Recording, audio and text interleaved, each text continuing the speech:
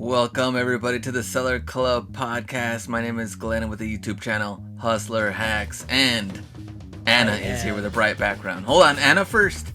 Anna is here with a bright background. I like that. And then of course the third person of this podcast is just the mere third person.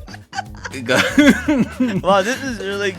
He puts really the party in third party. What's up, Ken? We actually prepped for this intro. Believe it or not. Believe it or not. All right. Oh, we did? I don't think we did. To Seller Club Podcast, guys. Episode 8.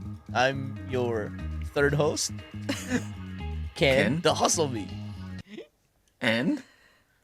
And yeah, I'm Anna Packer, and I think that we really ought to drop the beat. Let's drop the beat.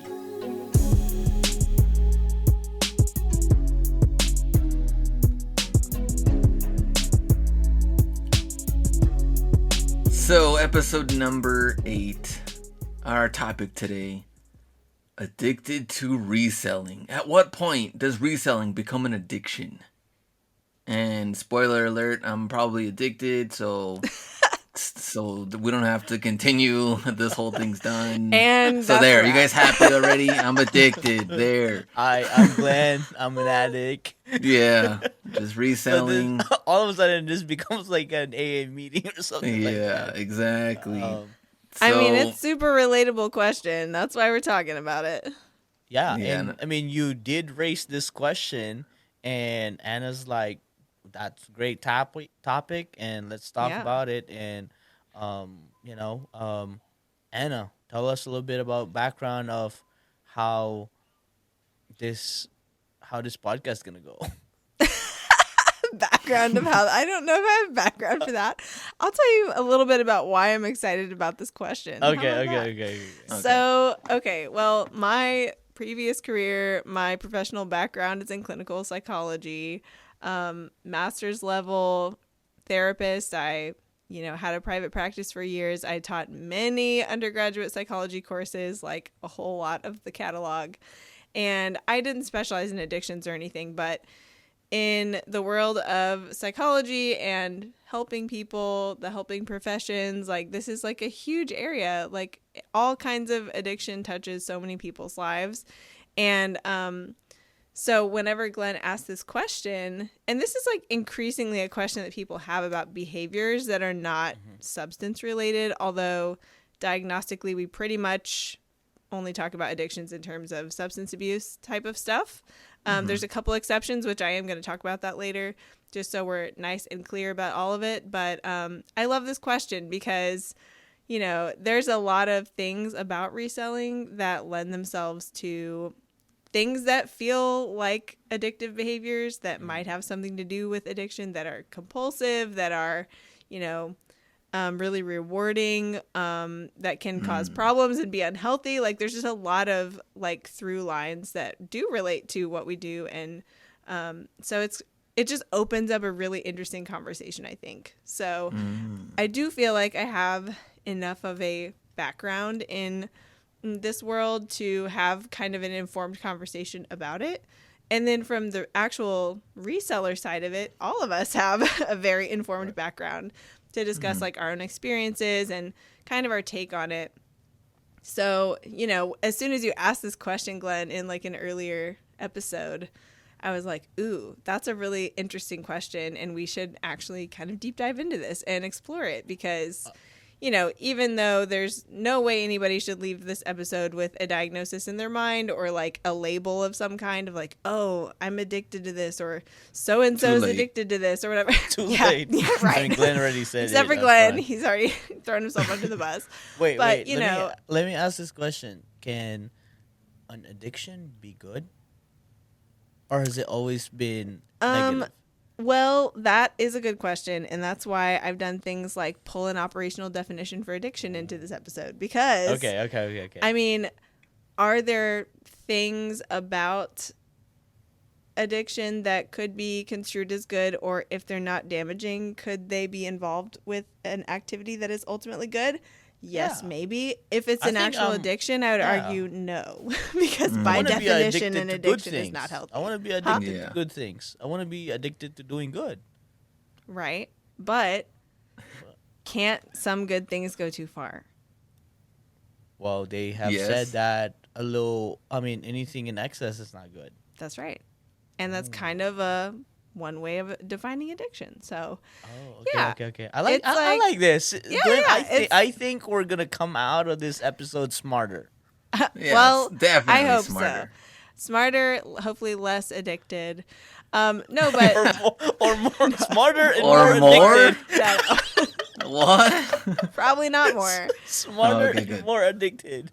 No, but okay. Before we really get into it, and I do want to just say out front, like, we're not at all making light of like addictions in general. No, we're talking about, this is an intellectual exercise. You know, we're talking about healthy and unhealthy behaviors and how it might relate to the concept of addiction. So just to be really clear, but before we get into all of that kind of stuff, I do want us to take our own temperature, because just off the cuff, without, diving into the details of this as a concept, like when you heard Glen's question, for example, Ken, were you like, oh yeah, that's me. Like I must do it every day. Like I love reselling. It would feel weird if I wasn't doing this. Like I must be addicted. Like, did you have that kind of a thought process, or how do you feel about it from your own perspective?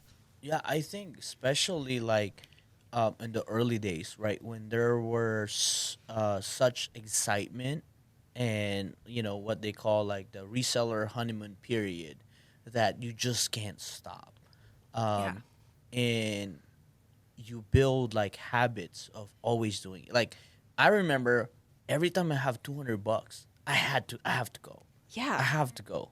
I felt like I had to source.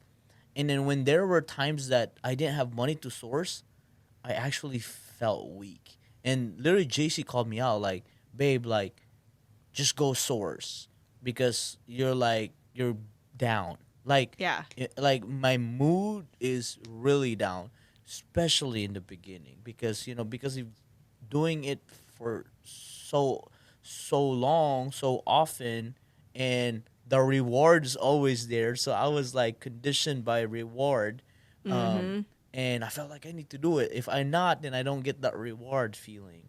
So I would say that's really like, that's when I said like, oh man, like I'm addicted to some stuff, because with that feeling. Think about how much, like, even in our language about reselling, we say things like, oh, it's such a high when I found this item, or like I got my sourcing fix, or something like that.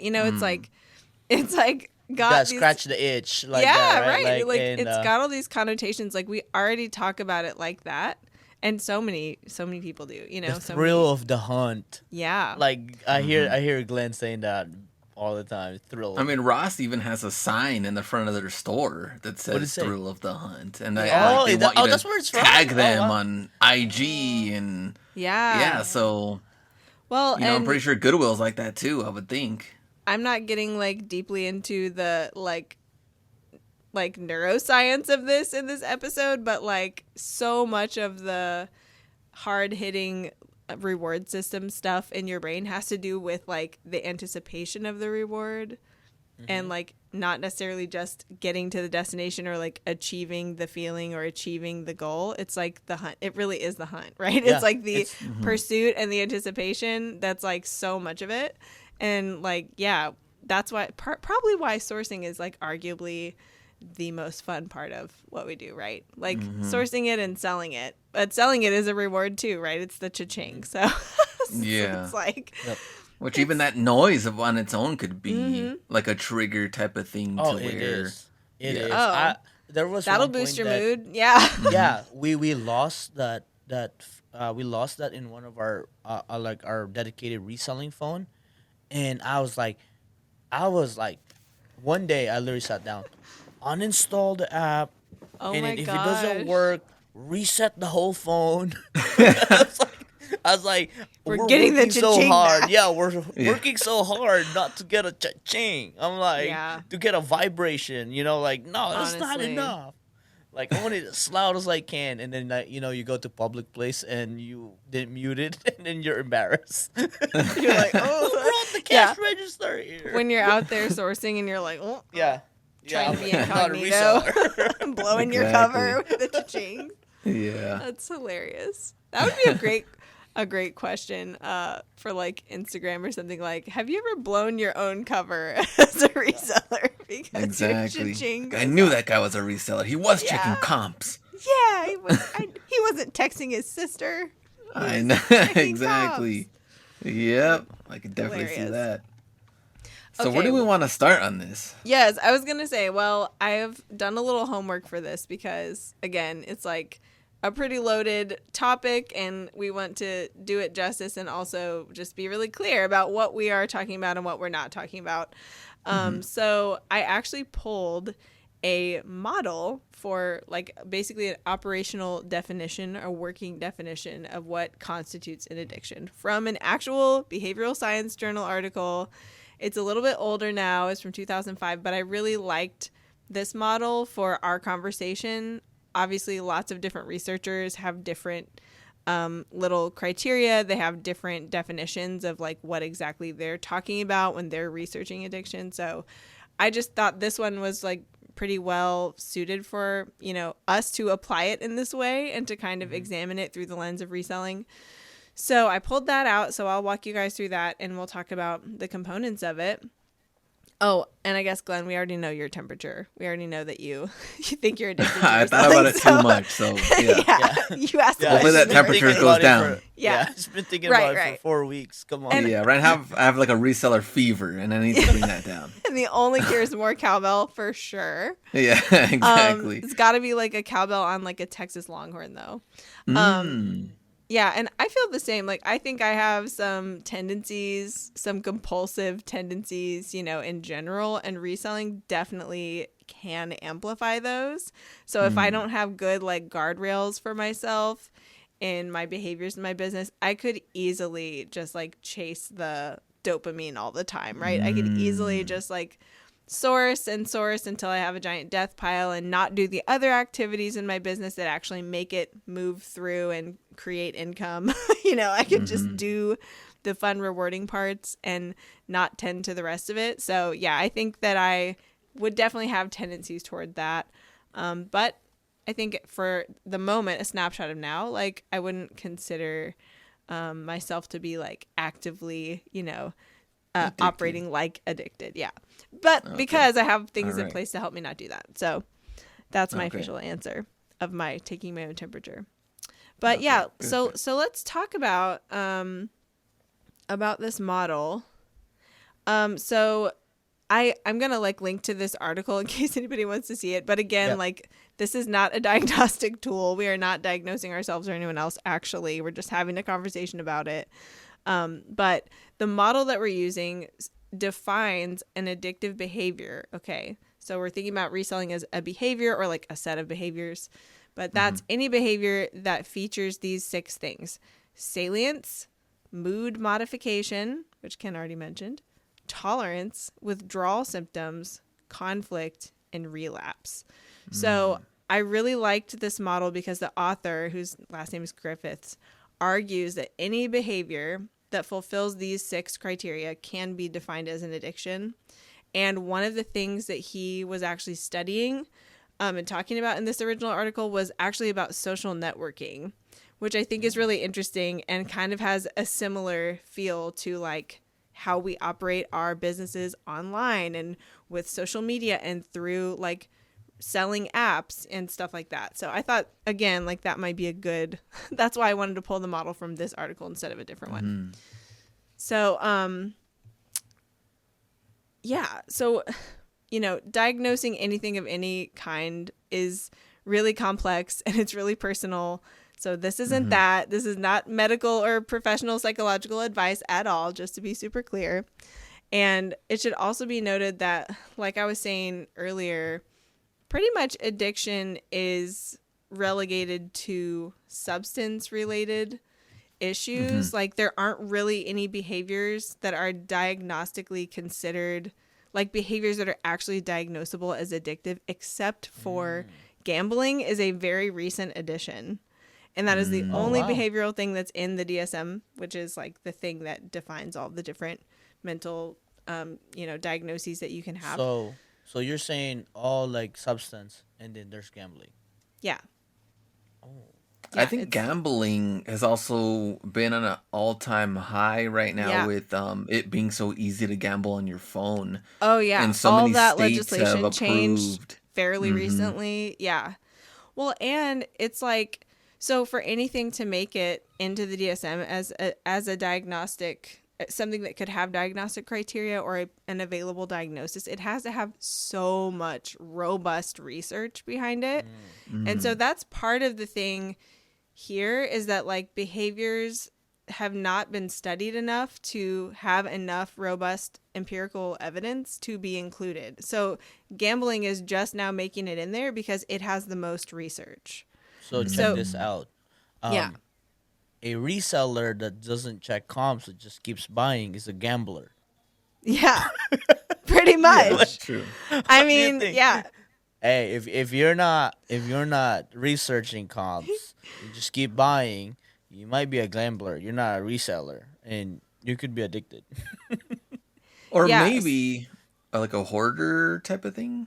Like maybe Yeah. you just really enjoy buying, or Or like you feel like you have to hang on to the value of everything and you can't let it mm, go. Like, But which, it's yeah, not. that's, It's not yeah. addicted. It's not diagnosable as addiction because Right. There's it's not other in the category. psychological stuff Yeah, involved with that that's diagnosable, but it's not it's not in the considered an addiction the way addiction. that it's Oh, conceptualized. Glenn, Yeah. see, we're learning See, things, you're Glenn. learning exactly. stuff. We This are. is We are. so We are. fun. Yeah, right. Yeah. So one huge reason that behaviors aren't in there is like the lack of empirical research, but there's a lot of stuff in the works. There's a lot of stuff being researched actively, other behaviors, social media use is on there. It's kind of an up and coming area of research. Internet gaming is another up and coming area of research because, while it's not in there, like we were just talking about already with reselling, anecdotally in our own experience, it's like, yeah, but this feels addictive. Like our Yep. kind of general understanding of that is like it maybe has potential. So anyway, just saying that there's not a whole lot of behaviors that are actually considered addictions at this point, but that could change with more research in the future. So just throwing that out there. But for anything at all, addictions, any other mental disorder at all, to be diagnosed, it has to lead to clinically significant distress or disability. And that is one criteria of 5 fundamental things that any disorder has to basically meet the criteria for to be to be diagnosed. So again, like to your question, Ken, like what if it's a good thing? Can addiction be good? It's like, well, part of the definition is it has to be causing a clinically significant amount of distress. Distress and disability, And like which Im- a good thing, doing good doesn't cost that. wouldn't cause significant distress and be like Yeah. wrecking your life in some You're just way, gonna be right? like, man, Ken's Yeah. annoyingly good, but it's not distress. But it's like not. nobody's Yeah. gonna say like, man, I'm so stressed, I'm like disabled because Ken is so good. That Yeah. can't happen. Or Yeah. like, Ken is like, his house is being foreclosed on him because he's just so good. Like, or his friends and family are, abandoning him because he's just so good. Like, it's not, yeah. Yeah. Okay, so I think we've made it through all the disclaimers and all of the general explanations. So hopefully nobody misunderstands what we're trying to discuss here. But so let's take those 6 criteria from this model of addiction and let's talk about reselling for each of them because I think we're going to find some interesting stuff. So the first one is salience, okay? So in Griffiths' definition of addiction, salience is one of the 6 criteria, and that means that whenever the behavior, so in our case reselling or a reselling activity, maybe sourcing perhaps, becomes the single most important activity in someone's life, dominates their thinking, which could be like, they're preoccupied with it or they have cognitive distortions that are all centered around it. So it could dominate their thinking, their feelings, people could have cravings for it, and their behavior. So for instance, even if people are not actively engaged in that activity, in that behavior, maybe sourcing or whatever reselling activity, then they will constantly be thinking about the next time that they will be. Like they're preoccupied with it, or they can't wait to get back to it, can't stop thinking about it. So what about that one? So in the Salience. Ken's vocabulary, it's like daydreaming. Like you keep thinking about it. Like you're having a family dinner and you're just like, I wonder like what the second aisle of the Burlington has the next time they go. I bet they're putting out new stock right now. Oh, yeah, I'm missing Yeah, well, that's what I feel like. It might be more from a competition standpoint. Because what if you're like, oh Yeah. man, you know what? This store usually puts stuff out Wednesday right when they open, and instead I'm doing this because this happened. Maybe something Yeah. personal. What if these resellers are beating me to it, or what if some reason that day they Yeah. had $1,000 item that And you resells, missed it. resells for $1,000 You bucks, missed and it. I'll You never missed know. it. You missed it because you Right. overslept. Well, and maybe fear of missing out. No, totally, That type of thing? totally That's it. fear of missing out. And also, like, you almost like sounded a slight little bit like maybe paranoid about other people, and that could be a cognitive distortion, right? That's So- it too. Yeah, I mean, I think this one is Salience. salience. Learn It's something. it's a Salience. possibility. It Okay. is a possibility. The next one Ken already mentioned, but I think this one is probably 10 out of 10 for all of us at times. Mood modification. So that refers to like our subjective experience, and what we're reporting, like our feelings and our mood, how it's impacted as a consequence of reselling, and it could be seen as a coping strategy. So like what you were saying, Ken, you're feeling down. You don't have more money to source, and JC's like, just go source. Like you feel terrible. This will make you feel better because it gives you a buzz or a high, or sometimes it can help you to feel like you escape. I actually see like memes and stuff on social media about this a lot, like where people are like, oh, I should be tending to my responsibilities, but instead I'm getting but an here iced I'm coffee and going thrifting and dissociating from my life. But it's like, seriously, yeah. It's a numbing or like an escape for people. So yeah, what do y'all think about that mood modification? I'm Affects kind your of mood. thinking like, I don't know, because let's say you have like I don't know, like a death in a family or friend or something. Do you think that you would go thrifting to keep your mind off of it? Because if you're at home, maybe you're thinking about it a lot. Maybe you just want to get away type of Yeah. thing. But then the idea of getting away or escaping from your reality is also not good in any way or form.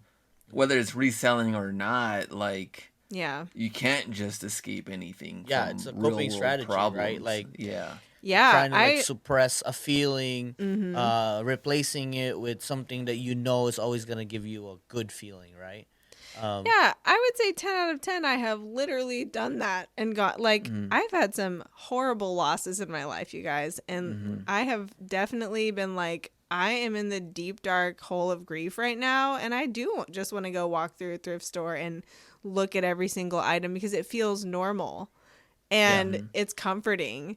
But like, I think in that case, like, maybe situationally, okay, that was a coping strategy, and I was consciously choosing to do that to cope. Like I knew that's what I was doing. I wasn't long term trying to escape my life. I just like needed a break from my grief. You know what I mean? So Yeah, I think there's definitely healthy ways to yeah. It's a like it's moderation okay thing, if right? it's okay if your mood is affected. Or what about the flip side of the coin? What if your sales are in the toilet and you're just like really bummed all the time because that's coloring your whole perspective of your life, right? When your store's not doing well. Have you guys ever felt like that before? And just need the need to get out as well, and just kind of like, yeah, I can kind of see. I mean, I could see that too. I don't think maybe that's not bad though, because if you're kind of struggling, maybe you need to improve somehow.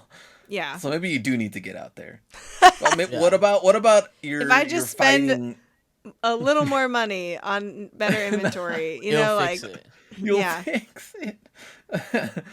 Yeah. Okay, what if you're fighting with your significant other, and you're like, you know what? I'm out of the house. I'm gonna go source and free my mind from this. Oh, Yeah. I've done it multiple times. Yeah, it's a great coping strat. I mean, if I just stayed at home, I'd be more mad and we'd fight more. But I'm like, Yeah. let me do something productive. And I was Yeah. like, well, put it this way. I think it's I think as soon as we mentioned mood modification, I was like, ice cream. You're like, I'm Like, in. when have you felt Yeah. sadder or worse? Yeah. The moment you put ice cream in your mouth. Never. It's always Yeah. been better. So It always I feel like helps. I feel like, that's, I feel like, I mean, that's why there's like that cliche of like, give me the whole tub of ice cream. Yeah, My for boyfriend broke up sure. with me and I'll just sit here and eat. I was Yeah. like, I think that's it. And I think sometimes we use reselling or sourcing Yeah. to kind of like, alleviate certain things that we don't want. But I think, Yeah. when you said it earlier, if you're aware of it and if you allow yourself to an extent, right? Because like a lot of Yeah. times, like, don't lose yourself to it, but if you allow yourself, like you said, a breather, a break. I think for me, one of the mood modification strategy I do is like, we fly down to Florida, spend 2 days at the beach, and then I'm better. Like Yeah. that. But if you kind of like, if you're strategic about it, I think it could help. I think so too. I mean, and again, it's like there's so many things that are debated right now in psychology and like the world of therapy and counseling of like, what about shopping addiction? What about food addiction? Like, because I mean, a huge reason why those are, huge topics of conversation these days is that we can find a way to take something that is good generally and apply it, too much or kind of for the wrong purpose or for an unhealthy purpose or trying to, you know, use it in a way that it's not meant for, that ends up being bad for us in the long run. And I mean, literally, ice cream is a great example of that, It's like, yeah, would you say that you're addicted to ice cream? Like, well, no, that kind of, that means a lot more than just that you're kind of, maybe you're abusing it as a substance, right? You're using it in a way to try to do something or help yourself in a way that it's not meant to help you. But, if it helps and it works in some way, even if it has bad consequences, then you'll keep doing it because it helped that time. You know what I mean? So I think that we have to be careful of anything that's, anything not in moderation, but yeah, I think the mood thing is huge though. I think that's a massive motivator for people. So far reselling totally jives with salience, totally jives with mood modification. Like these are, both things that could apply. So we're 2 out of 6. 2 out of 6. Okay. Yeah, but those are like really juicy ones. Okay. So the next one, the third one out of the 6 is tolerance. And so that's a process which you've probably heard in the context of substance abuse before, where increasing amounts of that activity, which in our case is reselling activities, is required to achieve the former mood modifying effects, right? Like you got to do more to get the same high type of thing. So, if you're sourcing, by the way, I don't know if anyone's addicted to listing or shipping. I'm just going to throw that out there. But if you're sourcing, I'll ship all day long if I got stuff to ship. I'm fine. Right. Like, if you're addicted to listing and shipping, please let me know. I am hiring. I would love to know.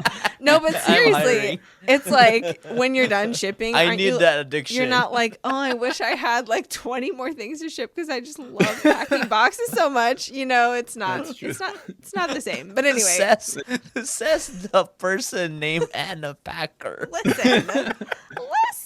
I would like you to know that I acquired It's this John's name. fault. It's not you. I acquired Yeah. this name long before I was a reseller. But anyway, it is a fortuitous name though. I love to make jokes about it. I make a joke about it every time I can, as you probably know. But yeah, so in order to feel satisfied, right, with your reselling habit, let's say, you would have to increase the amount of doing it over time because you would be building a tolerance. What do you think about that one? I'm trying to think of an example of how that would work. I Yeah. mean, maybe the sourcing one could work for some people. Like, I usually hit 2 stores, but now I'm gonna hit 3 per day, 4 per day. I'm gonna make sure that I'm increasing my, I don't know, sourcing stores or trips. I could see Listing, that. sourcing, kind of. I Maybe to like, I don't know. I'm not fulfilled unless I hit I 100 yeah listings I today. Yeah. yeah, that's true. I got it bad early. I mean, Glenn probably could tell. If we go look back in the day, like I'll just keep driving until I hit Chicago and Wisconsin, because because it was like, like the high of like, okay, you go to like your state, okay, I could get 10, 20. Then Yeah. you go to the next state, oh, like if I go to the next state I could get 40. And if you go Yeah. to the next state, oh, I could get 70. I could Like, fill where up the does it whole, end? right, Yeah. like and to a point that, like, the joke was I would source until I ran out of money and turn back home until and list again. Yeah. So there's definitely like a different high, like your tolerance level is not like before. We would get like so shocked, if we see this sneakers on discount. Now it's like, okay, because you've seen it so much more, then Yeah. all of a sudden, like, I don't know, Glenn. I mean, like, what about you, Anna? Like, so for example, like if you see so many things of you get numb to it, right? Like, okay, so like let's say like I keep seeing these sneakers that I make $30 to $40 profit per item, Yeah. and if you just see it so much more, then it's not like it's Yeah. You're not. like desensitized. Yeah, yeah, you feel numb to it, and it's like, no, I want to get the $100 profit Yeah. sneakers. I could So see you, that too. Yeah, I could see yeah. that from like a business growing kind of standpoint Mm-hmm. where, if you are outsourcing and say that normally you're like, okay, I'm not going to go home until I spend X number of dollars or I acquire X amount of value in inventory or X number of items. If you have some kind of expectation on yourself to like constantly be increasing that so that maybe at some point you're like, okay, I'm not going home until I spend $2,000 or something. And it Yeah. used to be 500. There's nothing necessarily wrong with that. But if your motive for doing that is not the numbers, is not your financials and the metrics of your growth plan for your business, if it's just a feeling of like, I'm not doing enough, or, I'm not a serious business person, or I'm not going to grow unless I feel like I'm, putting myself right out on the edge or whatever. Like some of that I think can be a little bit unhealthy or like distorted if you're doing it based on essentially feelings and your perception of yourself, Right. instead of like, no, and like on paper, like the math and the business numbers are telling me that this is my smart move, like it's fine Glenn, to like set a goal or set a limit, but like if you're Yeah. just pushing it and pushing it because you feel like you're not doing enough or you're not being impressive enough or something, then that's probably not it good. has to have like a kind of like a either a business monetary gain. Yeah. Um, do you Glenn? Do you think you gotta have this in order to get to the next level? Like at you think it's good to be numb at, let's say, like, you're making $10,000, right? Yeah. And then now you're numb to it. Now you want to feel, better, and you want to go $20,000, and you Yeah. gotta go 30. I mean, what's that for you? I feel like the tolerance is kind of tough to judge in this moment with, I guess, like growing a business type of thing, because if you can Yeah. handle more, you're probably going to take on more, Yeah. and you're going to try to improve and get into another level instead of just staying the same. But then I also feel like the tolerance can go into the first one. Salient. Sorry, Yeah. these are big words for me. You got Um, it? Salient. Craving, You you're got craving, it. you're craving, huh? Yeah. Yeah, and I feel like they work together, because the tolerance is like B said, like, well, I can drive further to the next stores. Yeah. I can go to Chicago. Or I Yeah. can go here. And then what if that store has this and I'm losing out? I Right. should go even further. So I feel like they're kind of working together. This is a complex, Yeah. addictive No, behavior exactly. weaved That's- together. That's why there's like, I mean, and this is a simple model of 6 criteria, but you can see how they overlap and intersect with each Yeah. other. Like it is really interesting dynamics, right? Yeah. Oh man. This is I not think good. It's Oh like man, 3 for Glenn's 3. like, oh oh man, dear. oh man, I'm three More out. cowbell, I'm 3 out of please. 6. Oh man. 3 out of 6. Okay, well, let's go to the next one because I think I'll give you some hope at the end of this, Glenn, with some more Like, general kind of reminders about this whole thing. But let's keep Okay, okay. plowing through these 6 for now. Glenn, yeah. Everybody that's listening, Glenn, just so you know, Anna's not gonna give you a prescription after this. No, I No, cannot this is not prescribe any diagnosis. medication. It's not what my license is for. Okay. So, the next one is withdrawal symptoms. So again, I think generally we mostly hear about this in context of substances, right? But these are the unpleasant feeling states and or physical effects. So it could be moodiness, irritability, it could be like physically shaking, feeling states and physical effects that occur when people are unable to engage in the behavior that is addictive. So in our case, reselling activities. And maybe that could be because you're sick, you're on vacation, you've got life circumstances preventing you from going about your normal routines.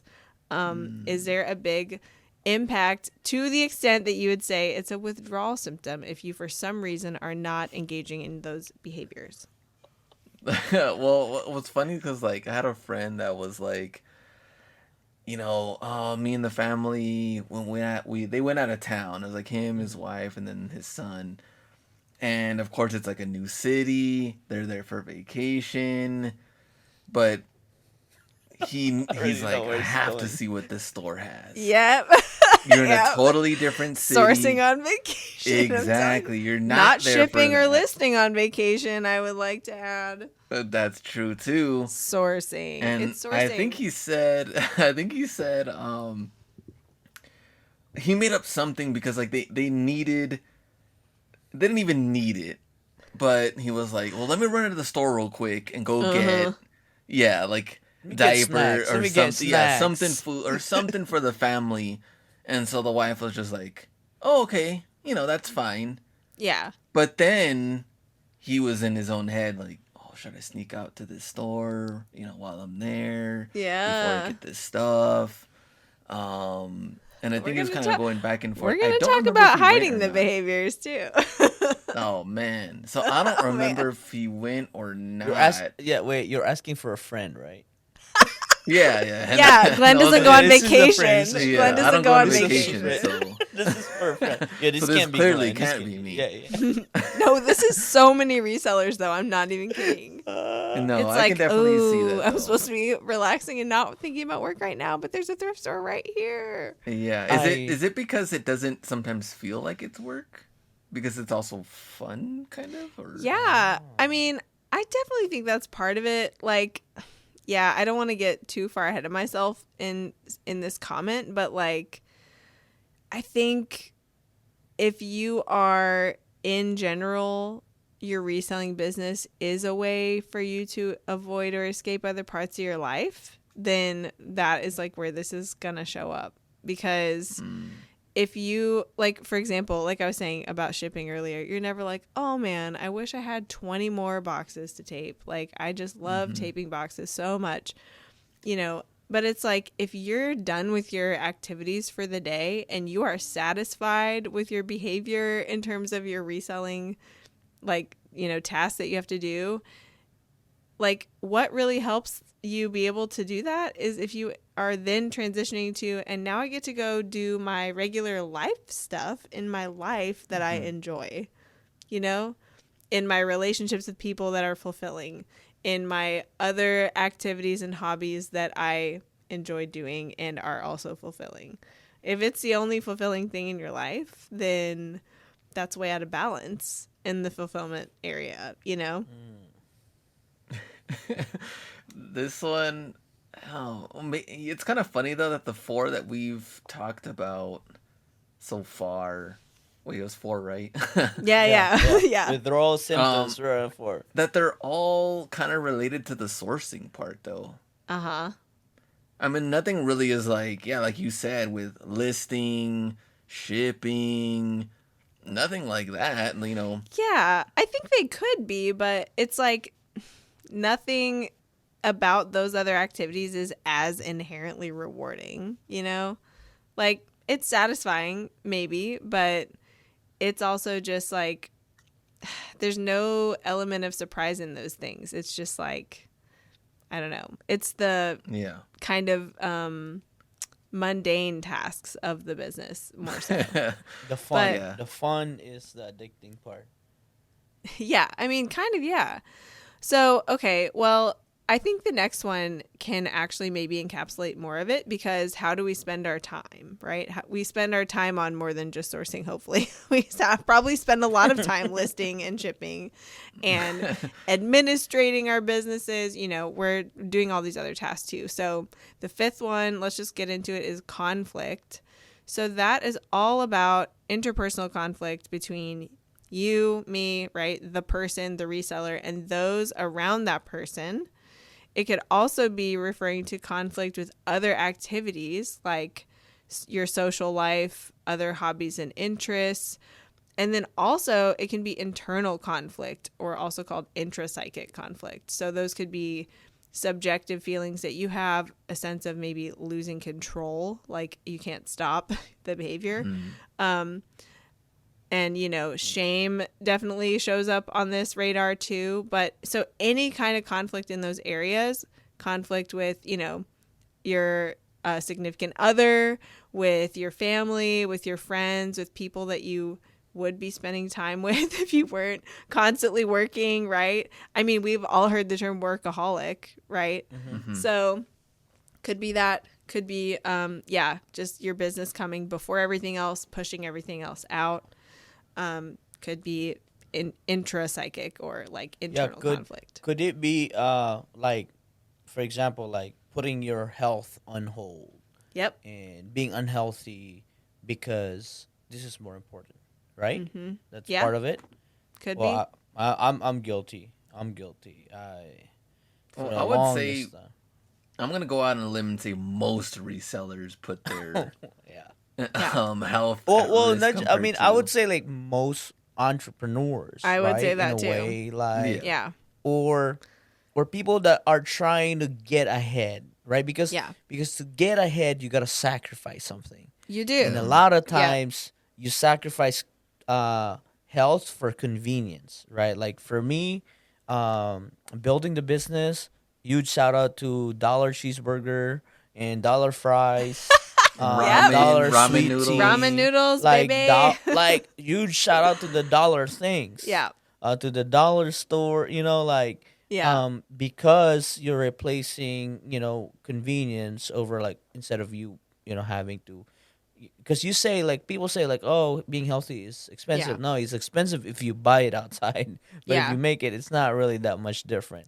But I think for solid 3 years, I went from Burlington employees dubbing me as like, "Ooh, are you a soccer player?" Right? So like they would think I'm a soccer player when I started reselling. I was like, oh, I feel really good. Like, man, like, you know, like they really think I play soccer. Like, and then few years later, Burlington employees like, are you a coach? I'm like, wait a minute. I went from soccer player to coach. And that's when I knew, I was like, man, you're letting yourself go, B. And then I made it a joke. I was like, you know what? Next year, they're going to be like, are you a team owner? And that's just Team me owner. just losing it. and getting older. That is really funny. Yeah, that was literally, that story was Yeah. real. And I'm like, and again, that's the conflict that I've had. Like, okay, I'm gonna focus on this. So yeah, I mean, Yeah. you guys know I'm on my way back to, you know, eliminating that conflict and making health priority now. Well, There for we sure. go. And again, Thank you, Glenn. like, Thanks for showing me the way, because Glenn did it first. yeah, Glenn got in the boxing gym and everything changed. Yeah, yeah. Well, and really, I mean, this is a good time to plug the reminder about the clinically significant distress part of diagnosing any actual diagnosis, right? Because there's also, like you said, there's sacrifices that you choose to make. There are times where some things are put on hold. There are times where some things are totally sacrificed, or just things, frankly, are out of balance. And that's a choice, you know, like it's That's still true. it's still a choice. It's not happening in a This way again, that's like out of your control, It But is, because going back to the actual definition, yeah, I'm not in a distress. I didn't become disabled because right. of that choice. But So you but it's you not. also decided to change it. It's like Yeah. it swung too far for you and you were like, "All right, we need to swing the pendulum back the other way a little bit and balance this out." And that's totally fair. We all do that in basically every area of our lives throughout our lives. So, Right, right. So yeah, it's that's okay. okay. It's But okay to be yeah, a soccer player and be a coach. but I do think You can be a soccer player again. yeah, you can True. get back in the game. But I do think like this whole area of conflict is really interesting, right? Because even like you were talking about asking for a friend there a second ago, Glenn, like, oh, I'm going to hide this from my family and go secretly shop, this store while I'm on vacation. Because why? Because if you were Feel honest about it, it shame. would cause a conflict, right? Mm-hmm. And so True. then you're hiding, you're rearranging things, you might be lying, you might be accommodating this behavior and at the expense of trust and relationships, at the expense of inner peace, and that's where it's like, okay, maybe that's not a healthy way of doing it. And I'm not saying that that friend is healthy or unhealthy, but those are good questions to ask yourself if you're really trying to look into your life and your relationships and your relationship to yourself and see, like, is this creating a lot of conflict, and how far am I willing to like bend over backwards to accommodate this behavior, and it's costing me in all these other areas. Like, that's really important to look at and be honest with yourself about it. Yeah. I mean, I guess for me, the biggest thing that I got from this was like the shame is a big one here at the very Yeah. end that you added in. I feel like the shame part could, I guess, also come through for anyone that's just working a lot in Yeah, general. totally. And if you're away from your family or you have to travel for work, or let's say you're gone for, or you're working, 60, 90 hours a week or something, and you're like just barely seeing your family, or, you could feel that shame and like, man, I'm not really spending a lot of time with them. Whether you love work or not, you're also like providing for the family. But so something you do have to do. I Yeah. mean, maybe you could do a different type of job that doesn't require that much work away from the family, but you do have to provide somehow. Yeah. And then maybe it's like a double-sided sword there where you feel the shame, but you have to provide. I don't know. I mean, that could be a thing. Yeah. I'm also thinking on, I mean, less shame was like, I'm spending 40 hours a week on a golf course chilling with my buddies Yeah. and away from my family. I Yeah. mean, that could also be different because you're not doing it to actually provide. You're actually just doing it for fun or for, because it says here too, like, For just like a well, that is a selfish reason. conflict with other activities, with, Yeah. I mean, hobbies or interests, but, that one's kind of an interesting with the conflict side. Yeah. Well, and I think that's an interesting point you're making too. Just like it's a little bit of a push and pull with when you're running a business that is providing income that's supporting your family. And it's like, yeah, I'm spending all this time, and all this attention and energy on this business, but like it's directly benefiting your family. And hopefully our families are understanding of that, but also what does that look like when you're spending, like you said, maybe you're spending 40, 60 hours a week in your business, and then the little bit of time that you do spend with your family, you're preoccupied with sourcing. The next time you're going to go sourcing, you're thinking about the business. You're not present. You're not enjoying it. The time that you are spending with your family is not satisfying because your like head is still in your business, So like there are ways to kind of be healthy on both sides of that coin, but if you're preoccupied all the time, like with salience, right, then maybe that's contributing to the conflict too. So yeah, once again, it's a good another example of how it works together. But Yeah, I think the favorite example is like, oh yeah, of course I'm spending time with my kids or family, but really they're there with you, but your you're just on body your is phone. there. Yeah. Yeah, your Yeah. body's there, but Yeah. you're on your phone. Yeah, exactly. Yeah. I'm sending out offers. It's like, you're Yeah. still working. Right. It's like, shut it off. Like, but they Yeah, don't hear exactly. the cha-ching. Yeah. Well, the smartphone alone Oh is man. probably really bad for who Yeah, knows how many Our brains. smartphone and addictions can reselling come out of. combined, right? Yeah. Yeah. And then add social media, I know. Yeah. trifecta. Just wait. I can't Yeah. wait to see the research on that in 50 years. The Right, because huge like even like aggregate research about it. yeah, because even like they've have you seen the movie was it the social networking, the Yes. dilemma? Oh Oh my yeah. gosh, that yes. that alone was Mind blowing. wild, like, Yeah. right? And I mean it a lot of it is true. I mean, like, for me, like, even like putting my phone down for an hour now that I'm working out for a solid hour, I struggle with it in the beginning. Yeah. Because it's like, oh, what if somebody really wants to buy a sneaker and I'm not there? Then Yeah. what if like somebody important calls and I'm not there? And I'm like, just making all this, like Yeah. life and death situation feeling, but they're Yeah. not really life and death. They're just a sale or no sale. Like that could happen an hour after. Yeah. But yeah, it is like, and again, we were talking about like addictive behaviors, Yeah. right? That we adapt, whether it's reselling or not.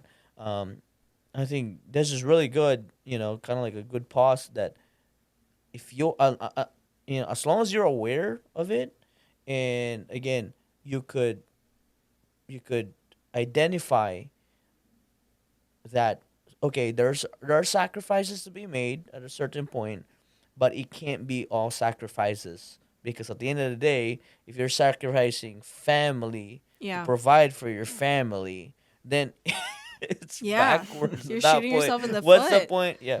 Yeah, Yeah. what's the point of, like, one guy said, like, I may not be able to teach you how to um, make more money because you guys have already made a lot of money, but I can teach you how not to die alone. Yeah. Because he made that comment because a lot of the rich people, like, mostly would sacrifice family time Yeah. in for chase of money and accomplishment. Mm-hmm. But I think it's okay for a period of time, but Yeah. you have to reel it back in and be Well, aware of yeah. the It's situation. like at some point, the consequences of sacrifice can't be reversed, Yeah, like, and it's or yeah, can't be that's true. recouped. And sometimes they can, but I think all of that can be framed, you can have a healthy balance of sorts with your life. And I think the word balance is kind of problematic too, but Yep. you can have a healthy Mm-hmm. whole total picture of your life. Right. If you have a goal and when enough is actually enough. If you don't have a goal, you'll never know when is enough. It will never seem That's like true. enough. You won't know when to stop, and you won't stop. Or you'll burn out and you'll have to stop. Or life will stop you. But, That's true.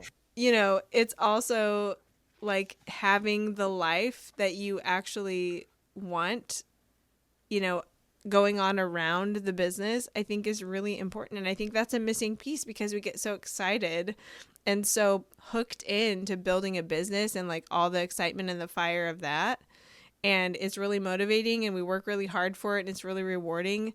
But it's kind of like, people run into this all the time when they're newly retired. It's like you really need to retire to something, not from something only. Or you'll just be That's a good one. lost, Like, and for us, it's not so much that we're talking about retiring right now, but it's like when you've reached a business that's in like a steady state, or, it's something that now you're no longer doing the 60 hours plus a week. Maybe you're doing 15 or 20 hours a week and you've got good systems, you've got people working for you, whatever. You're making the money you need to make because you know what your goals are. So what about the rest of your life? What do Yeah. you want to do? Like, who do you want to be? What is your purpose? Like, you need to know some of that stuff, and you're going to have a really hard time if you are using a reselling business to run away from those questions instead of get you to the answer to those questions. So you've got to have some kind of a total picture, or you're going to be a lot more prone to fall into these 6 things, even if it's not, a diagnosable addiction. Like, you can obviously see, as we're discussing it, how difficult and problematic each one of these are by themselves, like Yeah, I know. how they apply. So yeah, Still that's have why we're one talking more. about it. We still have one more. Yeah. So last one.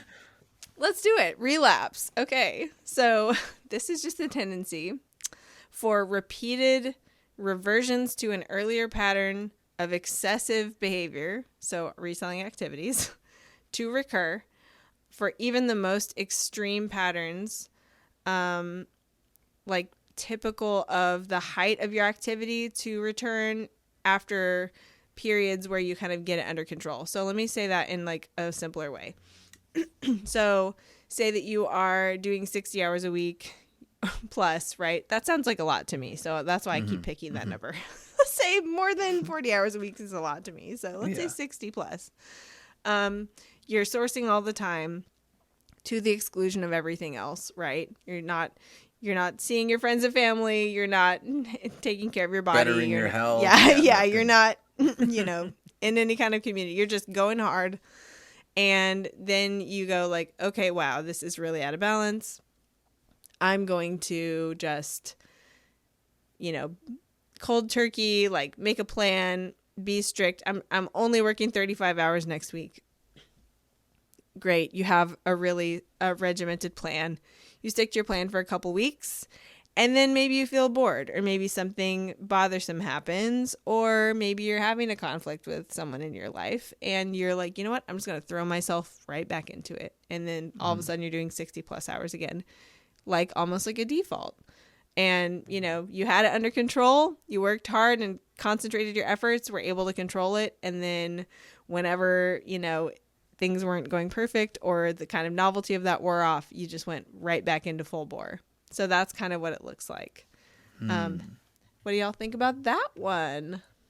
I was kind of thinking of like the conflict and relapse working with each other, with your own personal self thinking, okay, I'm not going to source this week.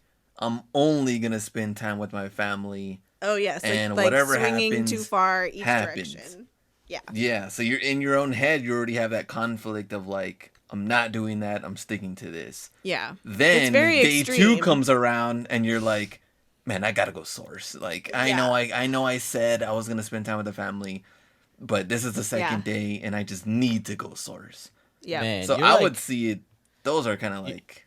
You're talking about my relationship with Korean barbecue now. It's like, like, I'm no more not Korean gonna have no more Korean meat. barbecue. Like, I'm gonna watch my health, and then like, hey Anna, God. Yeah. last Then time you we and had I show Korean up in the barbecue. same city, and all of a sudden we're having freaking Korean barbecue. just go hard, right? Like, so clean, salad and everything like that. And yeah, I mean, it's like it's They that, have like, salad at Korean that- barbecue, Ken. They Yeah, have They it. do. You just don't waste your time It's on hidden. it. It's hidden. Yeah, that's why I think. I mean, that's one. That's like the Korean barbecue relationship you described, and that's my relationship with chocolate. I have a very sweet tooth, and what I have discovered with my my health back journey is if I don't eat chocolate for a month and been really disciplined, one day I'm just gonna snap and buy every Binge. chocolate I could see and eat it all, right? The And binging.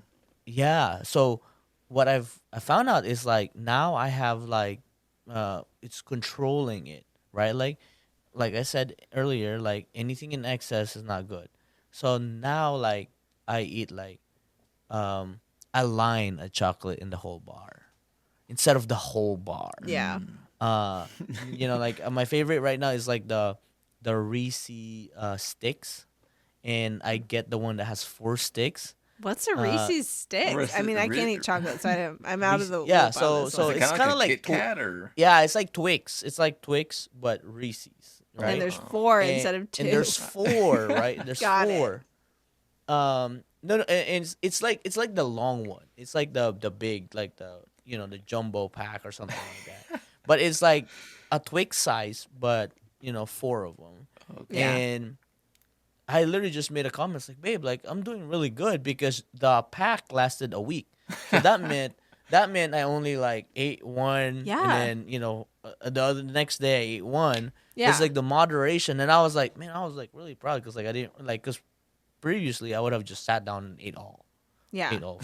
And you would have been in like a Good job. trance probably. Good job, me. Good job, me. Good Yeah. job, B. No, seriously though, like you had to learn how to consciously choose to have discipline. Also consciously choose to actually enjoy every bite of that and not just be like inhaling it in a trance. Like seriously. Yeah. Actually, what makes great this job, one- Ken. Great job, Ken. Good. I was gonna relate this one also. So I know you guys. Well, Ken already met Rockstar Flipper, but I mean Anna, I think met him too. I think in Vegas, but he actually made a Vegas? video. Yeah, in Vegas. I think like 2 months ago, he had made a video how like he was gonna stop drinking. Period. Yeah. I've heard of it. Because it was like, because I think he lives in Florida. I think that he was saying where he lives is kind of like a golf course area or something, but that there's always something going on. Like Yeah. there's football game, and then there's Always this going something. on, and there's always Yeah. something, and that's very relatable when you have a lot of like friends and family that want to just either celebrate everything, just hang out, Yeah. watch football. It's always something, and it's like when you really think about it, that I guess that temptation or just that offering of a drink is pretty much always there. It's like, hey, have a drink. Hey, let's celebrate this. Hey, let's just chill. Totally. And so I guess my thing is, how do you know? Or what if in your own head you're like, well, I'm not drinking a lot, but in reality you really are. So what if you're kind of in a self-conflict denial of Yeah. addicted to, in this case, a reselling, or our other example of a drinking, but you're not admitting to it, Or you're not don't aware of know. it. I mean, that's Yeah, you're not aware. sometimes or- it's so, you're so desensitized to it. It's so normalized for you that it is like you really don't have a clear idea of how drastic it is. But that's why it's important to understand like things like these 6 criteria that we're talking about, because these are the flags, these are the red flags. Like, and again, this actually is like perfectly making another point that I want to make about this whole area that we're talking about, that Griffiths actually points out in his article, where he talks about how the excessive use of an activity or of something doesn't necessarily mean it's an addiction. And his example that he talks about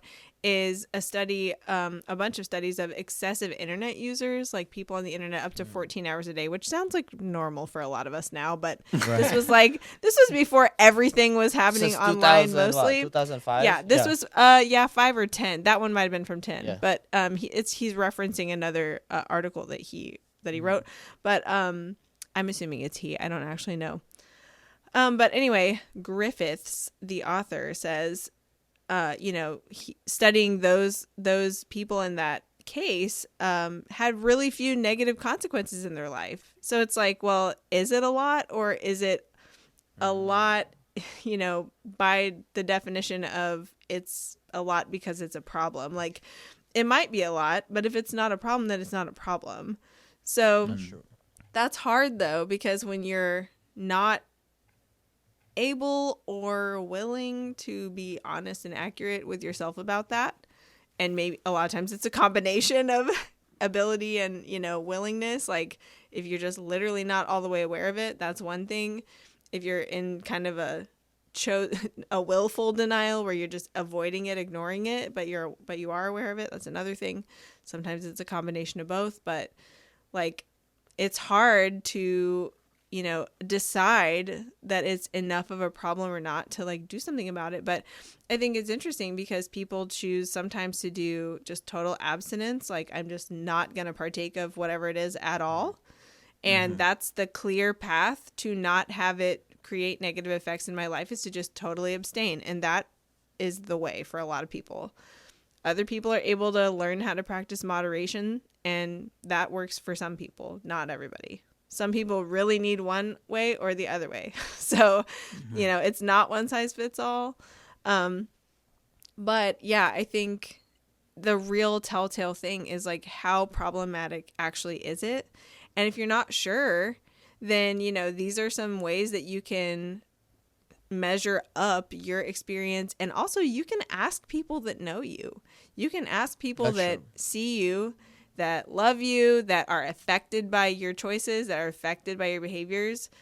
You can ask people who are objective, who are not affected by your choices and your behaviors, and see what everybody says, like see how it all measures up, because you probably don't see the whole entire picture anyway. Like none of us can see the whole entire picture of our own life or our own impact of our choices. But, if you have some trustworthy people you can ask to help weigh in, that might raise some flags, or it might give you some perspective that you wouldn't have all by yourself. So, you can only trust your own subjective assessment if you can be very aware and if you can be brutally honest with yourself about whether it's a problem and how big of a problem it is.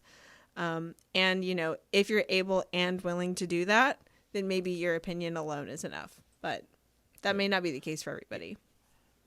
Wonder I think why when New Year starts and like New Year's resolutions come around, we do see reseller YouTubers or IG like, I'm gonna start working out now, and I'm gonna be doing this less, or I'm gonna start doing Yeah. this now and start doing this less. And like, why does it have to start in January though? Why can't you just start right now? I don't know why. I don't. Why is that something that's always in like the brain, or maybe that has to do with like a Yeah. social thing to I where mean, they kind of yeah, fed that I to think it's us. kind of yeah, cultural. Actually, one of my favorite yeah, songs has a line that says, "Who says it has to be the new year to start a new year?" And it's like, Mm. right. yeah, your new year can start whenever you want it to, but That's true. if there's this cultural social momentum around you at the first of the year, like that It might helps help you. you.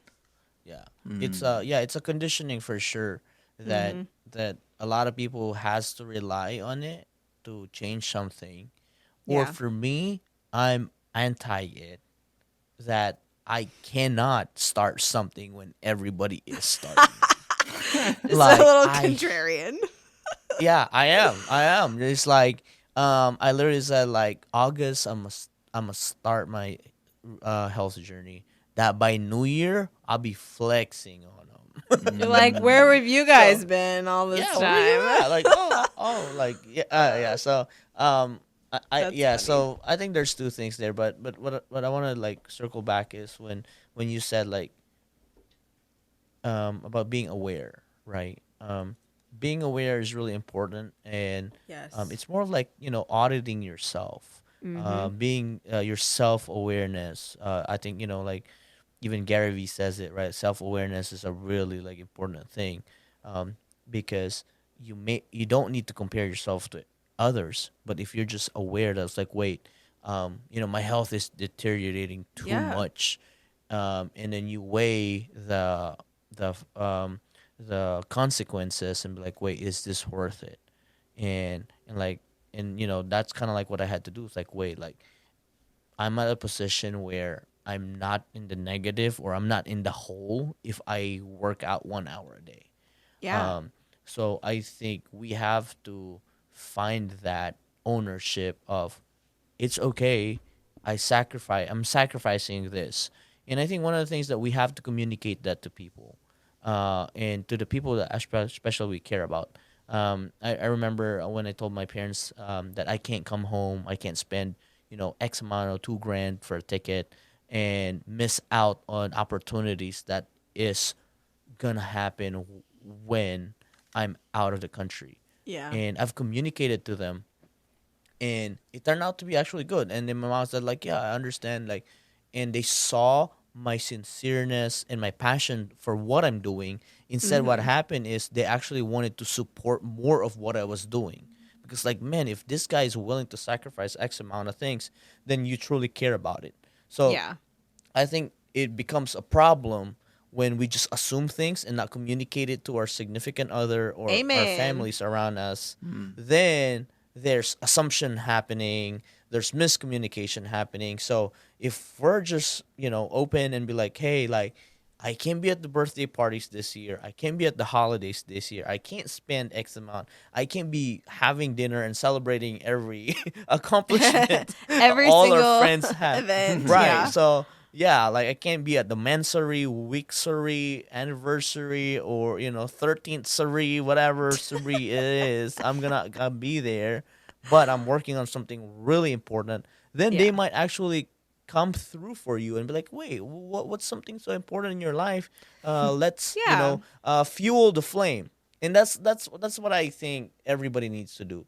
Um, Share it, communicate it properly to the people that you care, because sometimes we assume that, oh, they don't care about what I'm doing, they don't care Yeah. about reselling, but maybe you just haven't communicated your main goal for this. And if you communicated like, I'm reselling, I've discovered this is kind of like my new gig, my new side hustle, my new passion, then all of a sudden, like, wait, like, what are you reselling about? And you say like, oh, I sell sneakers. Like, wait, let me just buy my sneakers from you, or Yeah. tell my friends to buy sneakers from you. So then all of a sudden, then it becomes kind of like, okay, a teamwork, helping each other, because you've communicated. So I think that is Yeah. very important, Well, that we have to put in place.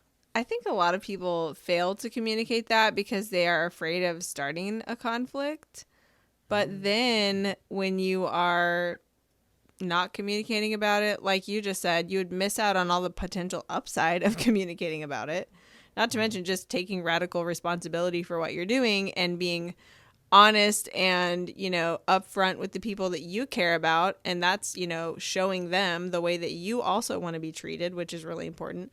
But also, if you don't clearly communicate about it, then that does open the door to kind of like be hiding it, minimizing it, maybe even lying about it, maybe going out of your way to accommodate your behavior in secret because you don't want to stir stuff up with somebody that you think might not understand it or might not appreciate it.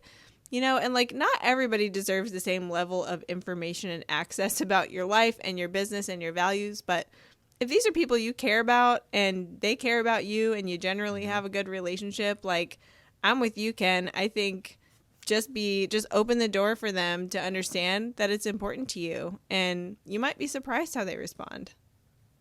Yeah. I mean, before Anna wraps up the whole thing, Glenn, any last thoughts on the whole topic that we just discussed?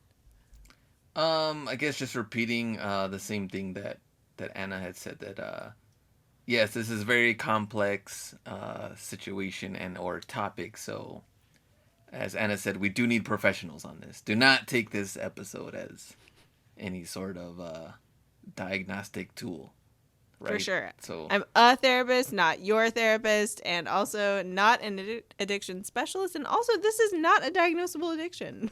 Just one more yeah, time for the record. Yeah. So true. yeah, going back to that, we can't even diagnose it. It's not even in No, the it's thing, not right? even a It's thing. not.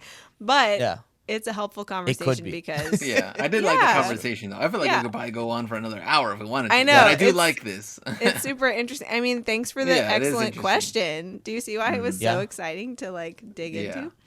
yeah, Um, 100%.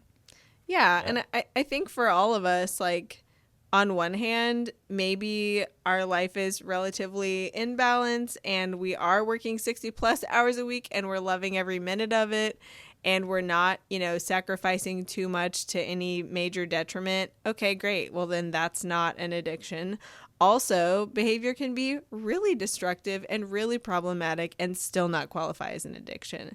So, I think the bottom line is, be willing to evaluate your own life and your own experience and see what's shaking out well and what's not shaking out well. And, if you kind of are gravitating to any of these 6 things, that might be some consideration. Like, there is a way to change it. Like, you're in charge of your business and your reselling activities and the ways that you are getting your needs met in your life. So if any of this is like ringing a bell in a bad way for you, like just know that there's a way to make it healthier. And, all of this is constantly in flux. Like running a business of any kind is not for the faint of heart. Right. So, we're here for you. The community here is here for you. And also definitely, of course, I'm biased, but like highly recommend therapy to anyone and everyone who's struggling with like anything in their life, because having another perspective is so helpful. And, we are all working so hard to have a life that we want by design. And, it's worth it to do the hard work sometimes too. And For sure. that is not just about getting more inventory in your store. Like that is the hard work of working on yourself too. So, Yep. So, There we yep. go. I mean, great topic. Talking about mindset, all the different behaviors. I think this was very an enlightening conversation for even for just the three of us, and I hope it brings some understanding and shed some different perspective on how we are going through the different behaviors that we go through, us entrepreneurs, us business people, us resellers. So we challenge everybody to kind of like go through with the whole list and evaluate yourself and take ownership of the life that you want to create. And yes, there are going to be sacrifices. I think given the enough goals that we set and when we accomplish them, I think it is going to be all worth it. So Yeah. I think that will be a wrap for episode 8. Yeah. Thanks for hanging Is with us. That was a doozy. Oh, I that know. was deep. Well worth So, yep, my name is Ken. it. I'm Glenn. And I'm Anna. See you in the next Seller Club Podcast. Peace. Bye, guys.